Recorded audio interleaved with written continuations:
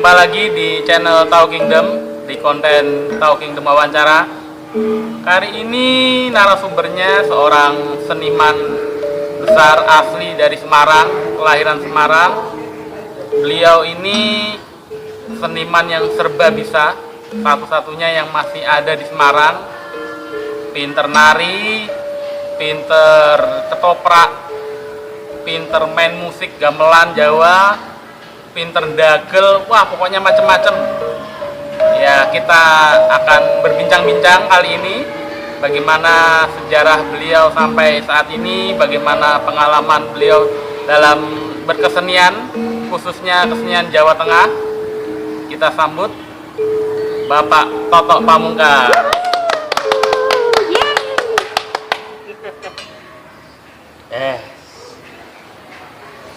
Bagaimana kabarnya, Pak? Luar biasa baik, selalu baik. Dan baik. besok akan lebih baik lagi. Kayak IPM. Kemarin itu tanggal berapa kemarin, Pak? Yang wayang orang Mustokoweni ya? Kita meluncurnya ke medsos itu tanggal 30. Tapi pengambilan gambarnya seminggu sebelumnya. Oh, itu melibatkan berapa orang kira-kira, Pak? Kalau di jumlah sekitar 60 lebih, 60 personal. 60 personal. Lebih. Jadi kalau nggak salah penari itu ada sekitar 45-an, terus pemusiknya ada sekitar 25. 70 malah. 70 ya? 70 lebih ya. Belum itu termasuk kru segala macam ya? Ya. Kru perias. Luar biasa banyak sekali. Bener-bener kolosal. Konsumsi. Terus sendrat narinya atau wayang orangnya kemarin itu apa, ada dagelannya juga atau cuman wayang orang itu membicarakan atau bertemakan apa tuh toko ini? Kemarin memang saya mencoba untuk memperkenalkan kepada anak-anak didik bahwa kita akan membuat sebuah tayangan atau sebuah pagelaran wayang orang konvensional. Artinya wayang orang yang betul-betul utuh wayang orang konvensional. Jadi bukan kreasi atau apa, klasik. Jadi ya tentunya ada dagelan. Karena itu nggak lepas dari yang namanya Punokawan. Punokawan ya. Nah, kemarin itu kita ngambil cerita itu Mustokoweni namanya. Seorang wanita yang menjadi pencuri senjata dari orang-orang Pandawa. Tujuannya untuk melawan Pandawa sendiri. Karena dia dendam. Ternyata setelah dia buka-buka di buku peralatan itu sebuah pustaka yang mencatat sebuah kejadian di kerajaannya. Bapaknya itu dibunuh oleh orang Pandawa. Nah, dia dendam. Dia nggak tahu bahwa mengapa dia terbunuh. Karena itu sebenarnya bukan dibunuh, tapi itu perang. Yang namanya perang itu ya pasti membunuh atau dibunuh kan begitu. Bukan berarti sebuah kriminal kan itu. Tapi dia dendam. Tapi akhirnya setelah dia ketemu dengan orang Pandawa, justru dia akan berbalik mau dukung orang Pandawa. Karena orang Pandawa ternyata orang baik-baik semuanya. Jadi filosofinya begitu. Jadi jangan kita mengejat dulu sebuah kejadian, tapi cari tahu dulu apa alasannya. Berarti istilahnya kita jangan cepat berasumsi. Ya, tiwas kita nanti berbuat besar itu ternyata salah kan fatal akibatnya. Oh ya teman-teman, Pak Toto ini juga terkenal sebagai Bagongnya Semarang. Ya. Jadi sebelum ada pandemi itu setiap Sabtu itu pasti tampil di TBRS, Taman Budaya Raden Saleh. Tepatnya di Gedung Wayang Orang Ngesti Pandowo. Ngesti Pandowo. Tapi karena ini sekarang pandemi ya belum. Terus gimana nih untuk pandemi ini, untuk nasib sebagai seniman, terutama seniman Semarang itu, cara Pak Toto sendiri atau teman-teman seniman yang lain untuk bisa bertahan atau survive dalam berkesenian, termasuk juga mungkin dalam hal nafkah, bagaimana Pak selama hampir 2 tahun ini? Luar biasa, Pak. Jadi yang memang pandemi ini membuat semuanya itu berantakan, kacau. Perekonomian, budaya, pendidikan, semuanya kacau balau. Tatanannya sudah hancur semuanya. Terutama seniman.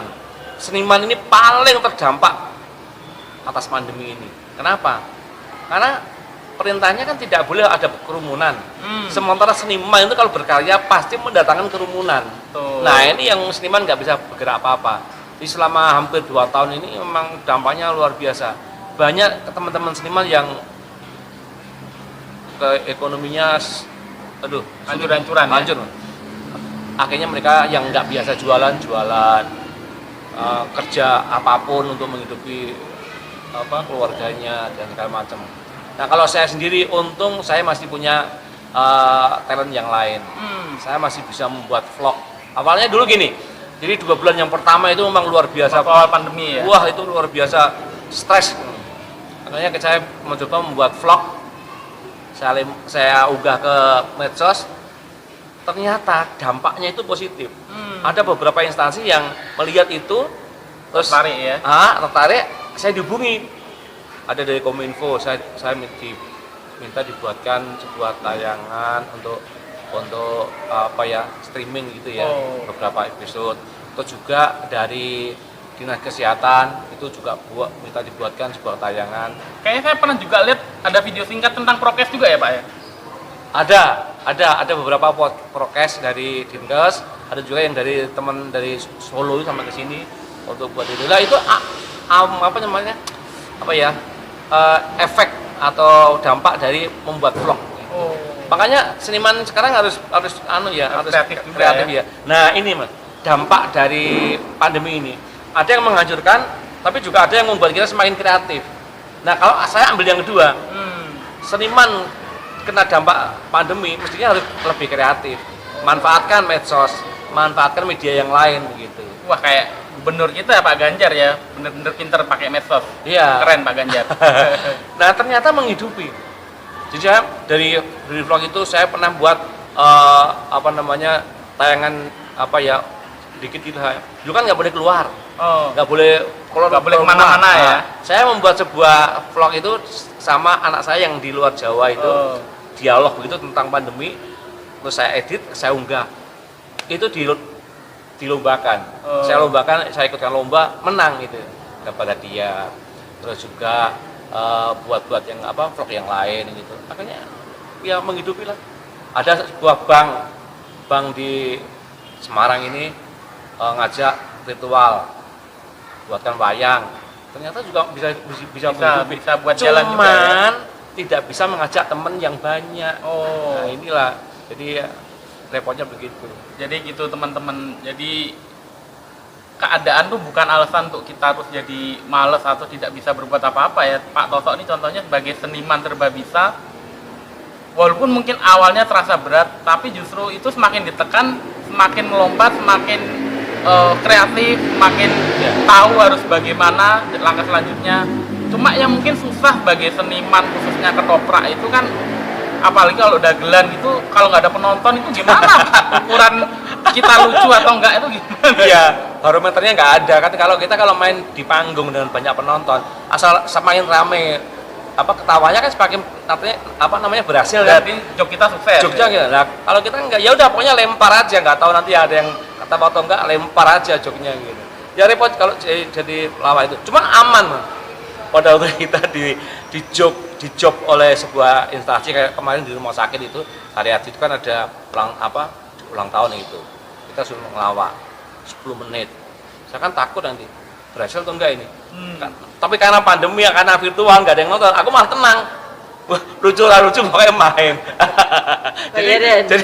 jadi nggak lucu itu nggak kelihatan. Alasannya nggak ada yang nonton kok kan gitu.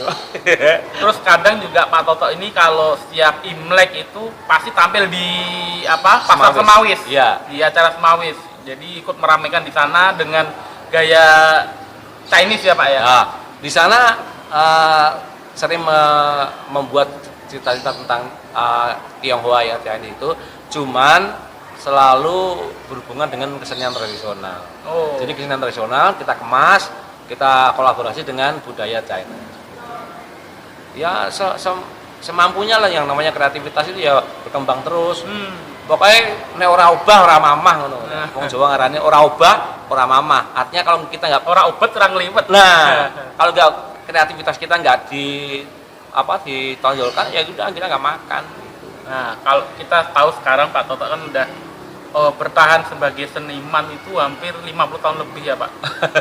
Nah, kita mau tahu nih sedikit sejarah singkatnya. Kenapa kok Pak Toto tuh waktu kecil atau masa remajanya tuh akhirnya memilih jalan sebagai seniman? Apakah itu dari orang tua itu istilahnya memaksakan kepada Pak Toto untuk bisa jadi seniman, atau memang itu panggilan jiwa atau gimana tuh Pak? Sejarah singkatnya gimana? Kalau orang tua itu memang semua seniman ya. Ibu itu seorang pemain wayang orang. Bapak itu seorang pelatih tari. Otomatis saya mesti ikut dong jalur mereka kan. Saya ikut latihan nari segala macam. Sehingga menjadi seorang penari dulu. Terus menjadi seorang pelatih. Cuman emang dulu itu bapak itu udah bilang bahwa kamu boleh bermain menjadi pelatih tari boleh, tapi jangan sekali-kali menjadi pemain wayang orang. Jadi artinya kenapa itu Pak? Saya tidak boleh menjadi pemain panggung, karena bapak melihat dulu itu pemain panggung itu kehidupannya nggak beraturan, melarat gitu ya, rata-rata ya. Ekonominya nggak stabil, di bawah standar lah. Karena apa? Karena mereka nggak berpikir ke depan. Taunya ya dia main hari ini dapat honor, maka selesai, habis. Besok kan lagi main lagi, dapat lagi. Nggak ada yang namanya nabung segala macam. Bapak lihat yang itu. Tapi saya nekat, saya tetap nyolong-nyolong, tetap ikut main wayang orang. Saya SMA udah main wayang orang. Karena apa? Ilmu itu kalau kita nggak ikut, kalau hanya nonton aja, orang bakal iso dadi. Karena di Jawa itu ada tembang yang namanya ngilmu iku kalakone kanthi laku. Di ilmu itu harus dilakukan, kudu dilakoni. Nek orang jegur menjadi harus praktek. Iya, kalau nggak terjun menjadi pemain wayang orang, kita nggak bisa main wayang orang. Ketoprak, kita harus terjun juga main ketoprak. Jadi dulu tuh sama bapak dimarahin nggak boleh, tapi saya nekat aja. Terus yang jadi titik balik sehingga akhirnya berani memutuskan atau wes aku mantep jadi seniman, nggak kepingin kerja di kantor atau kerja di perusahaan atau jadi pengusaha gitu. Titik baliknya apa yang membuat Pak Toto itu aku mantep jadi seniman lah? Awalnya dulu juga nggak mantep sih awalnya. Awal-awal itu saya kan dulu awalnya dari penari itu menjadi pelatih tari. Nah, pelatih tari ini yang saya pakai untuk menghidupi keluarga. Jadi saya melatih itu bisa 1 minggu. 1 minggu full, Senin sampai Sabtu, dan Senin itu kadang-kadang bisa 2 tempat, 3 tempat. Ini bisa untuk menghidupi keluarga. Nah, setelah kesenimanan saya itu udah mulai naik, jobnya udah mulai tinggi, saya lepas semuanya. Sekarang total saya berani menjadi seniman karena kesenimannya udah mapan, udah di atas begitu. Dan tapi ya begini Mas, banyak seniman juga kadang-kadang di tengah jalan hancur juga banyak. Tengah jalan udah milih jadi seniman, tapi di tengah jalan itu job kosong, meninggalkannya, sudah nggak ada job yang masuk. Itu banyak juga. Tapi sebetulnya itu juga karena perilaku mereka juga. Jadi pertama-tama seniman yang pertama ya, seniman itu harus selalu meningkatkan kemampuannya berkesenian. Ya kan? Nah, stagnan terus, iya harus tambah terus. Itu. Yang kedua, seniman itu orang kena belenjani. Tahu belenjani, bahasa belenjani itu mengingkari janji. Kalau udah konsisten. Iya konsisten. Kalau udah dapat job ini ya udah, walaupun kecil tetap harus dilakukan, kalau kudu dilakoni. Walaupun nanti ada job masuk lagi yang lebih besar nggak bisa. Yang pertama yang harus dilakoni, digemi. Satu, meningkatkan kemampuan berkesenian. Yang kedua, ojo belenjani, jangan mengingkari. Yang ketiga, jangan membuat kecewa. Kadang kita main ya, dengan jobnya itu nggak imbang. Terus jobnya gede, mainnya di bawah standar, nggak maksimal gitu, nggak total gitu. Nggak bisa, kita main harus total. Totalitas. Walaupun mungkin sumbangan, apa itu namanya? Sumbangan apa namanya? Jobnya sambatan saat. Jobnya itu nggak tinggi lah gitu. Kalau sudah main ya harus total, karena orang taunya kan kamu main udah. Kalau yang main itu alah tanggapan apa? Alah sumbangan ya. Jali tulung. Tak jali tulung, sasae lah. Nah, itu bumerang bagi kita. Iya, bunuh diri itu namanya. Ibaratnya kita membranding diri kita sendiri ya. Iya, udah rugi ya. Tapi sebenarnya sebagai seniman itu honor itu lebih utama atau kepuasan pribadi yang lebih utama? Bohong loh kalau orang mengatakan aku honor nggak penting, yang nggak bisa. Tergantung kebutuhannya. Memang honor kadang-kadang nomor 2. Yang penting mainnya harus berhasil, yang nonton banyak, sehingga kepuasan batinnya itu tercukupi gitu kan. Tetapi nggak bisa begitu juga. Nggak bisa dong, tanpa honor kita juga mainnya jadi ogah-ogahan kan. Ya tetap honor, tapi juga ditonton orang banyak. Dan keberhasilan itu nomor satu. Oh no, wes Om. Nah, terus Pak, selama berpuluh-puluh tahun sebagai seniman tuh ada nggak suka dukanya atau pernah misalnya tampil di mana tiba-tiba nggak lucu atau misalnya penontonnya nggak ada atau gimana, itu suka dukanya pernah ada kejadian unik nggak waktu perform gitu? Banyak sekali yang namanya seniman itu ono baik. Jadi seniman ya, ini yang pelawak ya, yang lawak ya. Saya kan juga seorang pelawak ya, komedian. Kalau berhasil, sukses, wah, yang nonton gergeran gitu, Puas. Enggak. Dia nanti lehar Bali ki metu tengah. Ngliwati wong sing berkerumun itu. Wira-wiri radang-radang Bali ngono. Wah. Iki lho mau jaglan lucu banget. Wah, gitu. Salaman yang pindho. "Udah Pak, ya saya mau pulang sekarang mau main lagi di tempat lain." Padahal ya enggak. Balik meneh. "Anu Pak, bijang kalem mrene." Oh, ono wae. Tapi nek pas ora lucu, golek dalan buri. Golek dalan buri bener. Kadang-kadang honornya enggak diambil. Ngontes besok jebel yang punya kerja, "Mas, ini honornya kok nggak diambil?" Nah, baru kita datang. Istilahnya kalau pas sukses itu caper gitu ya. Iya. Cari perhatiannya panitia itu biar diundang lagi. Terus alasannya ini ono baik. Jadi izin engko Bali itu. Andang Bali. Soalnya masih banyak orang kan. Nah, supaya kelihatan kalau kita pulang. Terus nanti wirawiri andang Bali ngono kuwi. Kita ya, mohon pamit ya.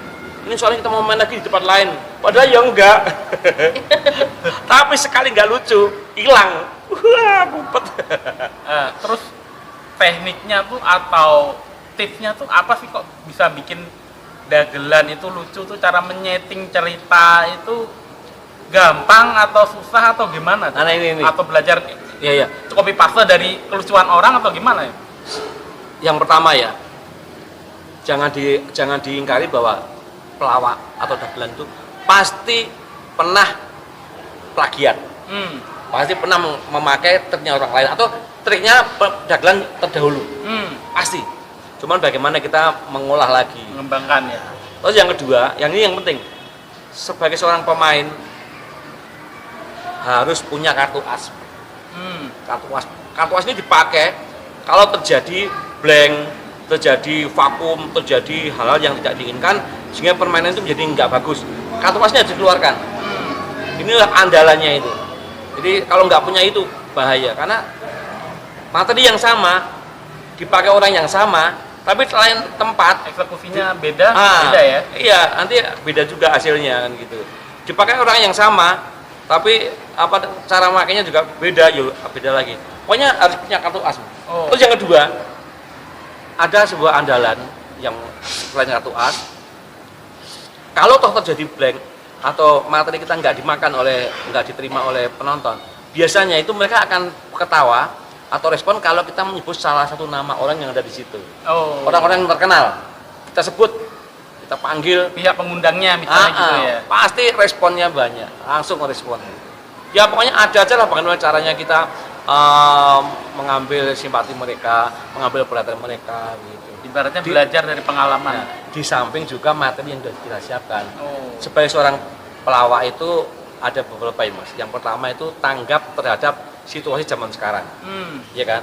Masa pelawak nggak tahu tentang pandemi, masa pelawak nggak tahu tentang apa gitu. Bahasa gaul gitu ya. Yang kedua, wawasannya harus luas. Harus luas wawasannya. Kalau enggak udah gelopon ya orang iso apa-apa. Jadi harus sering baca, sering nonton. Yang pertama tadi apa? Tanggap terhadap situasi zaman sekarang. Yang kedua, wawasannya luas. Wawasannya luas. Nah, ini. Yang ketiga, ini yang penting, sok pinter. Sok pinter, bu mudeng pora pae gayane pinter. Sok pinter. Bahasa Inggris nggak tahu, ucapan dalam bentuk bahasa Inggris. Orang kata salah. Kan salah itu bikin lucu kan? Bikin lucu. Tiga itu saya pegang itu. Jadi sok pinter. Kalau dulu kan enggak. Kalau dulu lawak itu blow on. Masih blow on diguyu. Zamannya Jojon itu blow on diguyu. Sekarang enggak. Bahan bulian gitu ya. Sekarang enggak. Lawak itu harus pinter, harus cerdas. Cerdas. Kalau perlu pinternya itu melebihi orang-orang pinter malahan. Tapi kenapa kok grup lawak atau dagelan tuh kebanyakan pasti 3 orang itu? Kenapa formasinya harus 3? Itu lawak Jawa, Mas. Oh, Jadi lawak yang 3 orang itu Jawa. Karena yang biasanya itu main 2 orang, spell, ya, 2 orang, spell, dan nanti dia akan membuat sebuah masalah. Ada konflik. Nah, konflik ini menimbulkan kelucuan. Konflik ini nggak bisa selesai begitu aja, harus dinetralisir. Orang ketiga ini akan menjadi penetralisir. oh gitu. Nah, gitu. Jadi biasanya lawak Jawa itu begitu. Satu itu bomnya, yang satu pengumpannya, yang satu nanti yang netralisir. Juru penerang. Gitu. Jadi itu konsep lawak Jawa. Gitu ya. Terus kalau sebagai Pak Toto sebagai sekarang udah seniman senior ya, pernah nggak dulu tuh punya idola atau role modelnya tuh siapa sebagai mungkin seniman atau pelawak itu role modelnya siapa atau idolanya siapa sih dulu Pak? Kalau saya suka sekali dulu namanya Pak Basio ya, udah meninggal ya, udah sepuh banget. Pak Basio itu nggak pernah pakai bahan, nggak pernah pakai materi. Spontan gitu. Ya, dia audiensi. Apa namanya? Bukan audien namanya ya. Jadi dia memanfaatkan audien yang ada. Nah, jadi materinya itu diambil dari penonton, orang-orang sekitar. Jadi dia nggak pernah pakai trik TikTok itu enggak. Oh, Jadi dia betul-betul luar natural biasa. ya dia. Dan itu akan hidup di mana-mana. Dan dia akan bisa main spontan, nggak usah dipersiapkan karena dia mengutamakan materi dari audien itu. Apapun yang ada di situ dijadikan bahan. Saya juga belajar di situ, mencoba untuk apa yang ada di situ kita jadikan bahan. Atau kalau ada permintaan dari panitia ya, nanti temanya begini.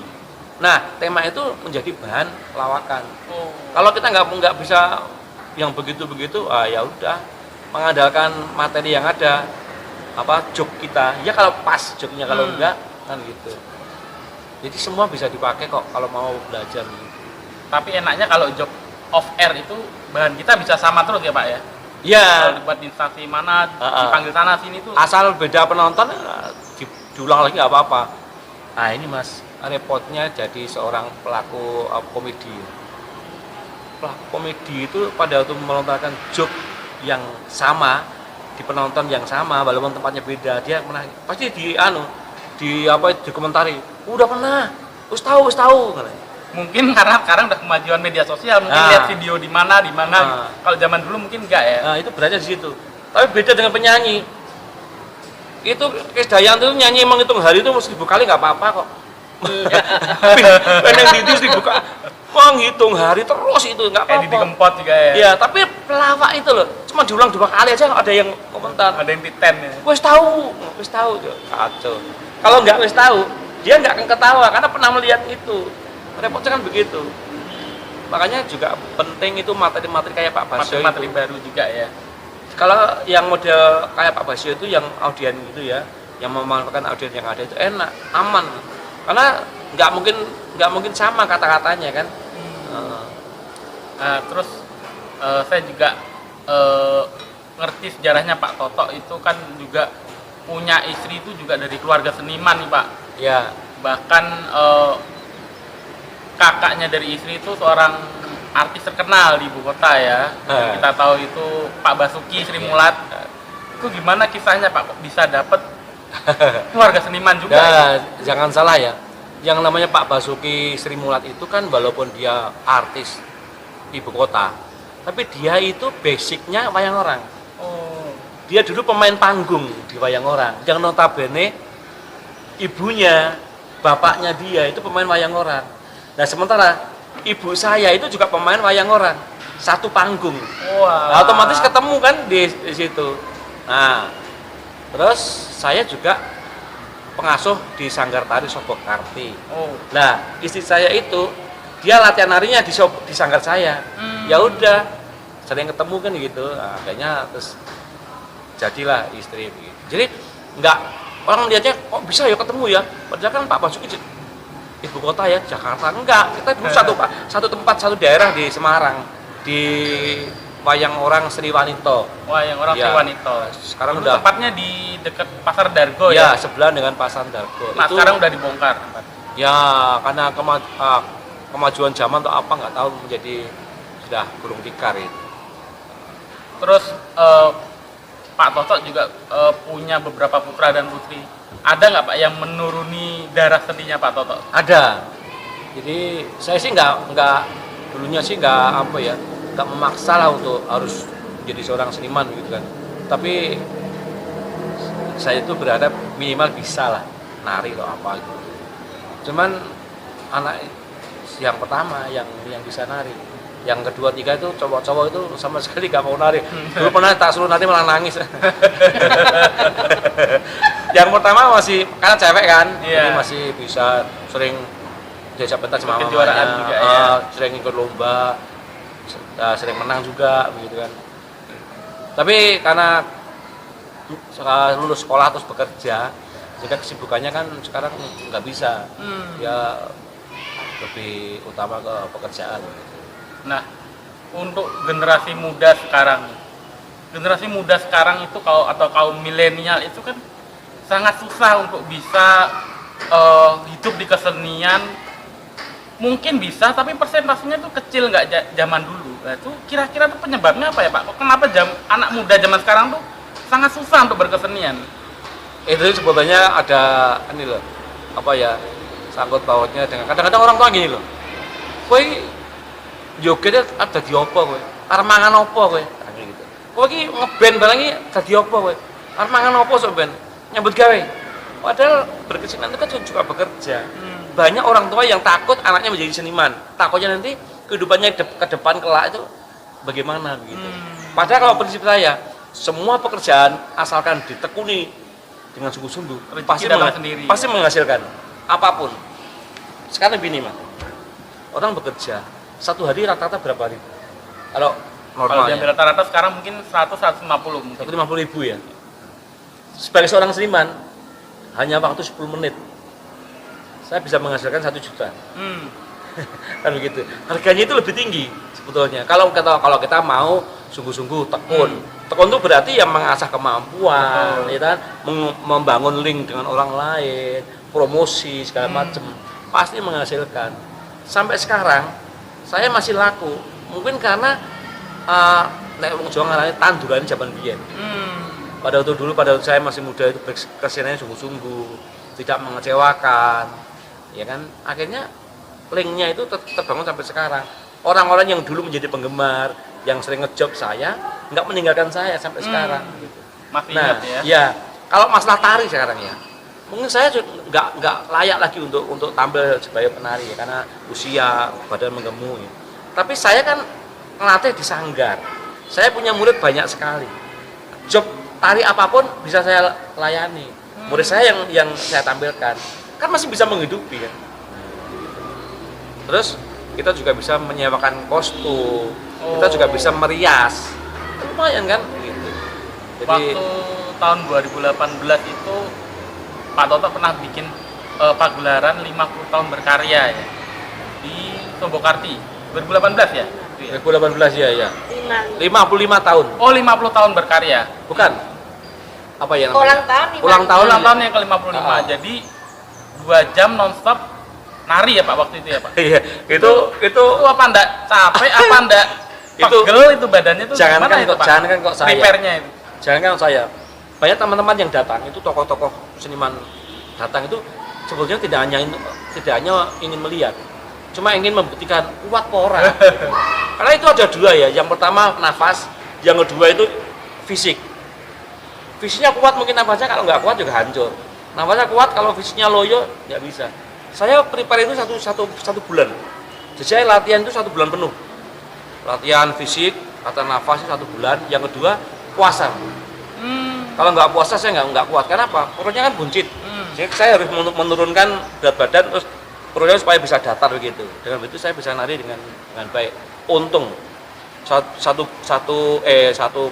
jam 2 jam bisa berjalan dengan baik. Bahkan lebih 2 jam lebih berapa menit gitu loh.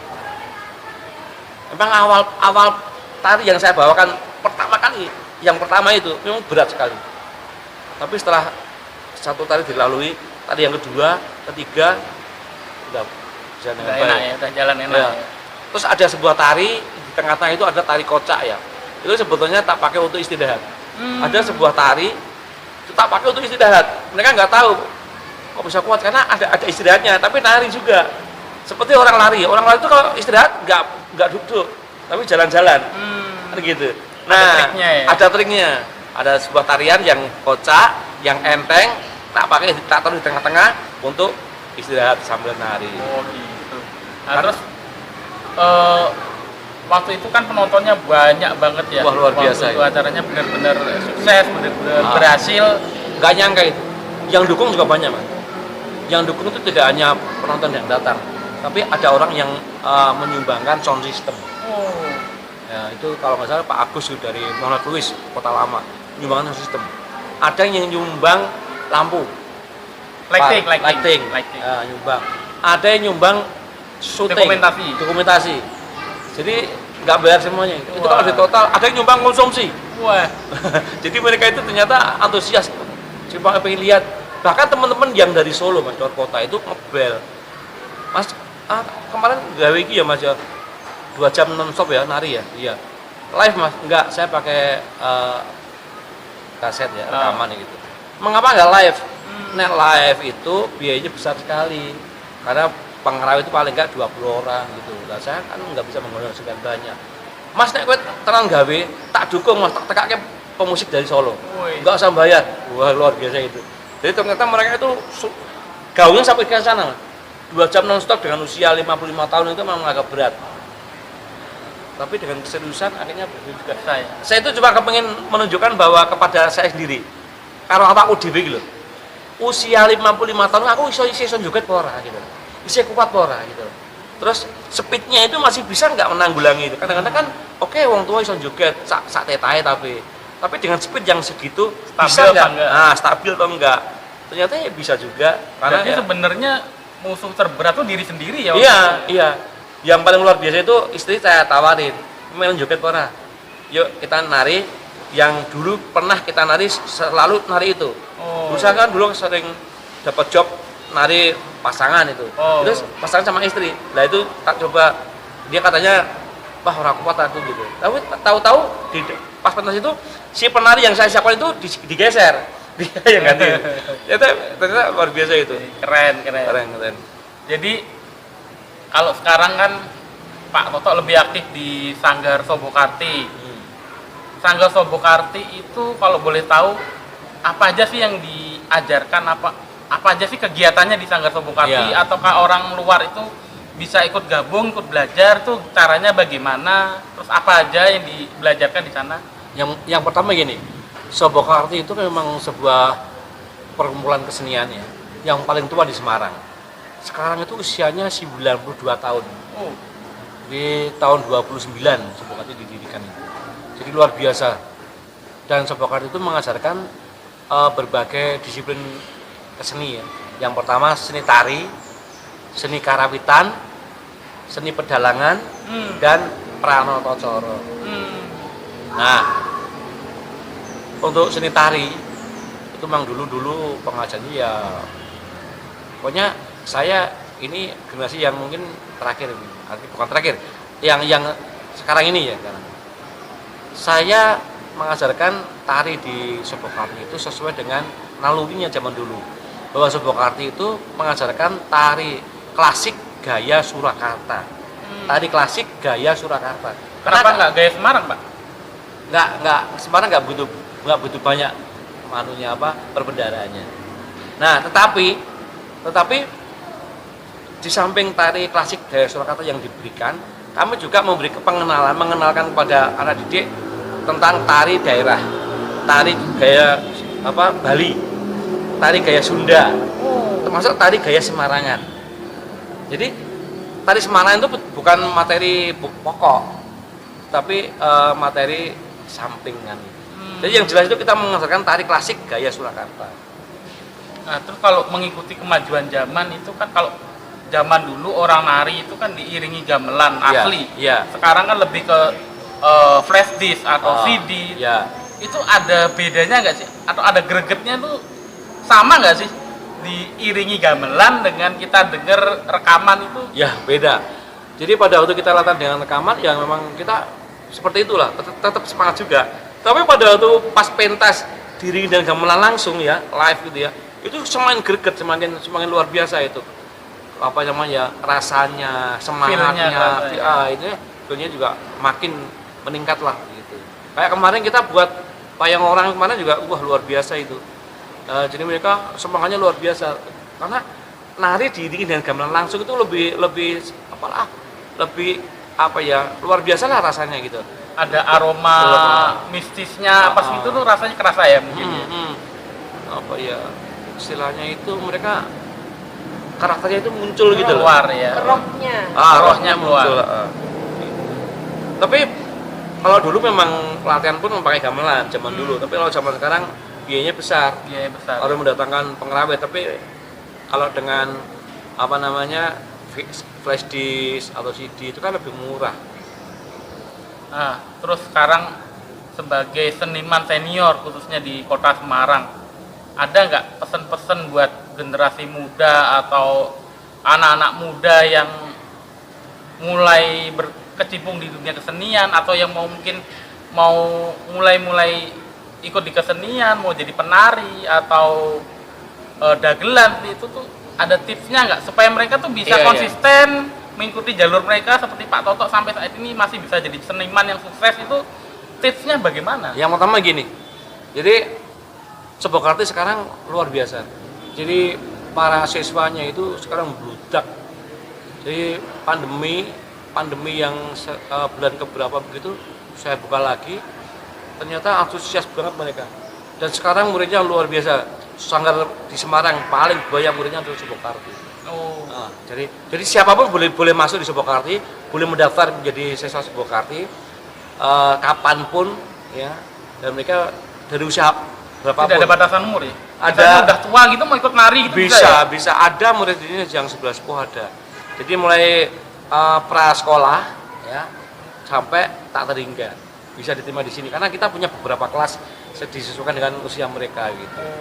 Nah, yang kedua, saya sih mengharap ya mereka bisa berkesenian. Silakan mau seni apa. Kalau saya seni tari ya, oke lah, yuk kita coba latihan nari. Karena apa?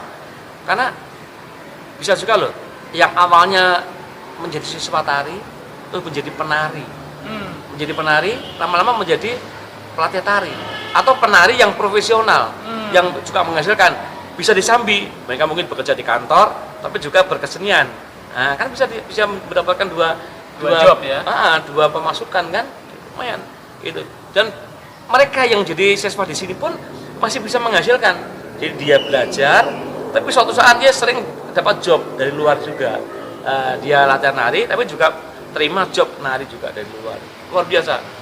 Jadi sekarang itu animo masyarakat tentang tari juga mulai meningkat lagi. Setiap ada wedding, ada rapat-rapat di kantor, ada pembukaan apa, itu mesti mereka mesti ini manggil penari. Lumayan gitu.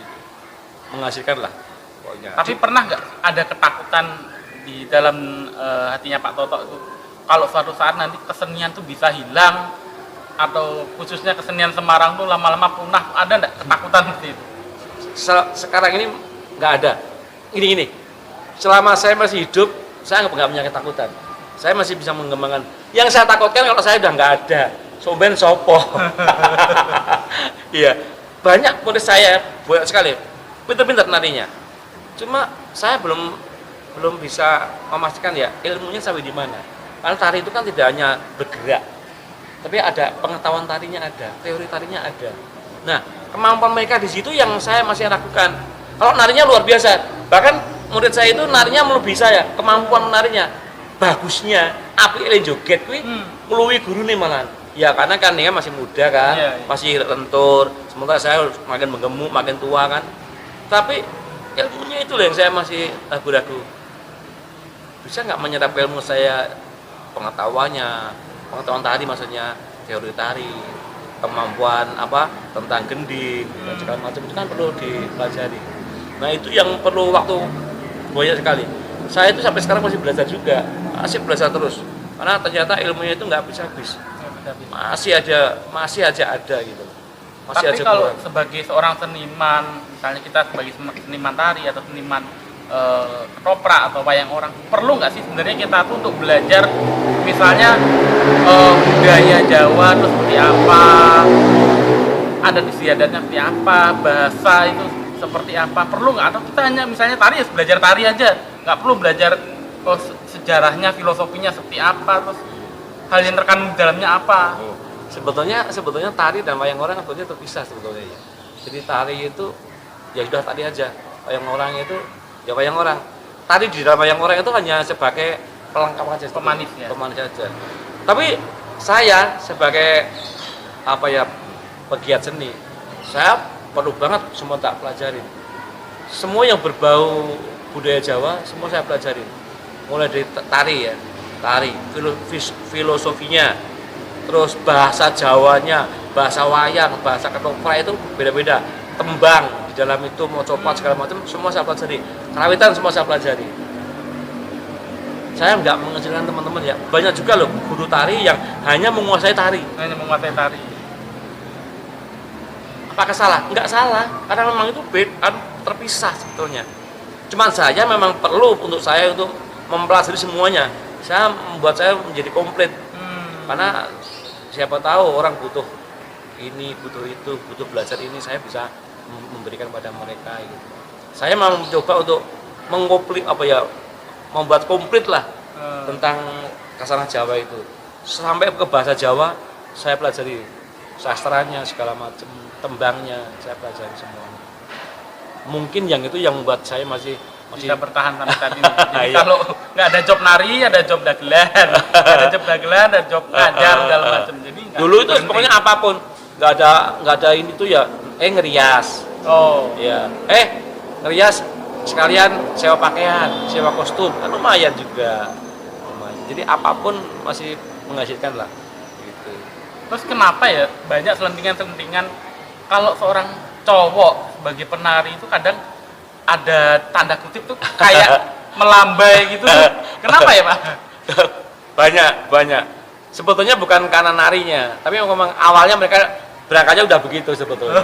Sebetulnya udah begitu. Jadi dia itu punya mungkin double kepribadian ya atau apalah gitu, atau melambai atau ngondek. Karena dia melambai, berkesenian yang paling cocok adalah menari kan gitu. Bukan karena dia menari menjadi melambai, enggak.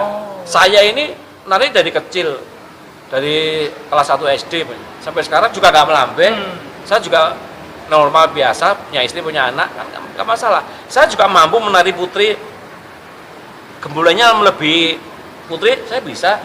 Tapi saya nggak melambai, nggak ngondek. Jadi sebetulnya karena dia melambai, dia berkesenian sesuai dengan sikapnya dia, sifatnya dia. Jadi bukan karena tarinya bukan itu tarinya, tapi karena bawaannya sendiri.